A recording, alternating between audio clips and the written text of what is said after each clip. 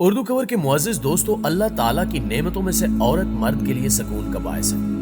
یہ سکون اس وقت خراب ہو جاتا ہے جب مرد اپنی ہی عورت کے ساتھ غیر فطری مباشرت کر کے اس کے تقدس کو پامال کر دیتا ہے، کیونکہ یہ کام شریعت کی سخت خلاف ورزی ہے اور اخلاق و شرافت کے بھی منافی ہے۔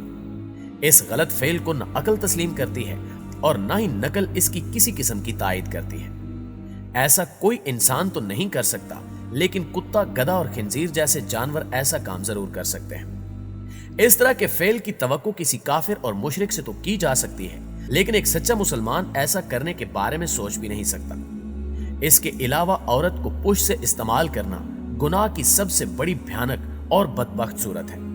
اس سے انسان کی فکری اور عملی سوچ پر سخت اثر پڑتا ہے۔ اس بدترین فعل کا نتیجہ تباہی اور بربادی کے سوا کچھ نہیں ہوتا۔ ایسا کام کرنے والے کو ہمیشہ ذلت اور نامرادی کا سامنا کرنا پڑتا ہے۔ سوال یہ ہے کہ آخر ایسا کرنے سے کیا کیا نقصانات ہو سکتے ہیں اور غیر مسلموں نے یہ ناسور مسلم کمیونٹی میں کیوں پھیلایا ہے؟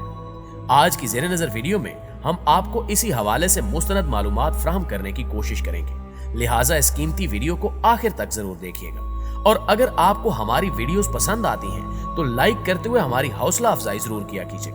تو آئیے چل کر موضوع کا باقاعدہ آغاز کرتے ہیں۔ ناظرین گرامی، عورت سے لواطت اور ہم جنس پرستی دونوں ہی بدترین گناہوں میں شمار کیے جاتے ہیں اور معاشرے پر اس کے بدترین اثرات دیکھنے کو ملتے ہیں۔ یاد رہے کہ جس قوم میں یہ گناہ پایا گیا، اس قوم کو اللہ تعالیٰ نے اسی دنیا میں عبرت کا نشان بنا دیا۔ یہ عمل بے راہ روی اور آوارہ پن کی سب سے بڑی مثال ہے۔ علاوہ عظیم پیچھے کے راستے سے جمع کرنا اپنی بیوی کے ساتھ بھی حرام ہے۔ کسی اور عورت کے ساتھ یہ عمل بد گناہ کبیرہ ہے اور خدا کے غیظ و غضب کا باعث اور سزا کا مستحق ہے۔ رسول اللہ صلی اللہ علیہ وآلہ وسلم نے فرمایا کہ ایسا شخص ملعون ہے جو عورت کی پچھلی شرمگاہ میں جمع کرتا ہے۔ ایک اور حدیث ہے کہ اللہ کے رسول صلی اللہ علیہ وآلہ وسلم نے فرمایا کہ اللہ تعالیٰ ایسے شخص کی طرف نظر نہیں فرمائے گا جو پچھلی شرمگاہ میں جمع کرتا ہے۔ البتہ اگر کسی سے یہ گناہ سرزد ہو جائے تو اس گناہ سے سچے دل سے توبہ کر کے آئندہ ایسا نہ کرنے کا عزم کرے۔ اگر توبہ کر لے گا تو امید ہے کہ اللہ تعالیٰ معاف فرما دے گا۔ اللہ تعالیٰ سے خوب گڑ گڑا کر توبہ و استغفار ہی اس برے عمل کا تدارک اور کفارہ ہے۔ پیارے ساتھیوں، یہ کام فطرت کے خلاف ہونے کے ساتھ ساتھ اس قسم کے جماع میں بیہودہ حرکتیں کرنی پڑتی ہیں۔ مرد کے علاوہ اس میں عورت کو بھی نقصان لاحق ہوتا ہے۔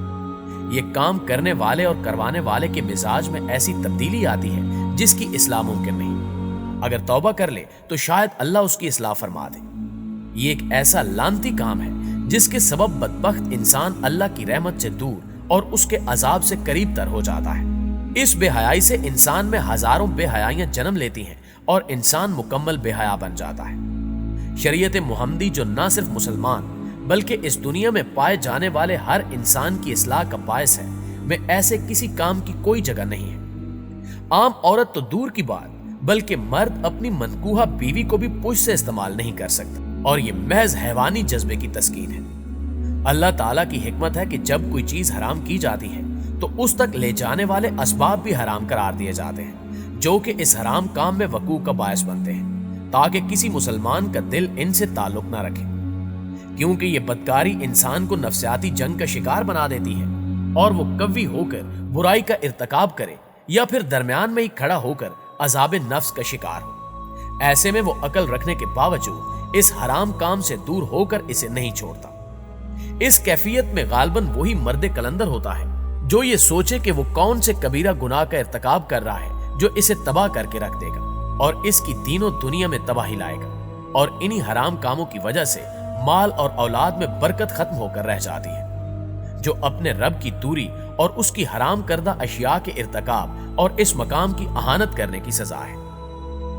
ناظرین گرامی، انسانوں میں عقل مند وہی ہے جو ایسے معاملات میں سستی اور تساہل سے کام نہیں لیتا جس کی بنا پر اس کے دین کی حقیقت تباہ ہونا شروع ہو جائے۔ اسلام مرد کو شرعی طور پر اس کبھی فعل تک جانے سے روکتا ہے، اسی وجہ سے وہ اپنے سرکش نفس کو لگام دینے کی استطاعت رکھتا ہے۔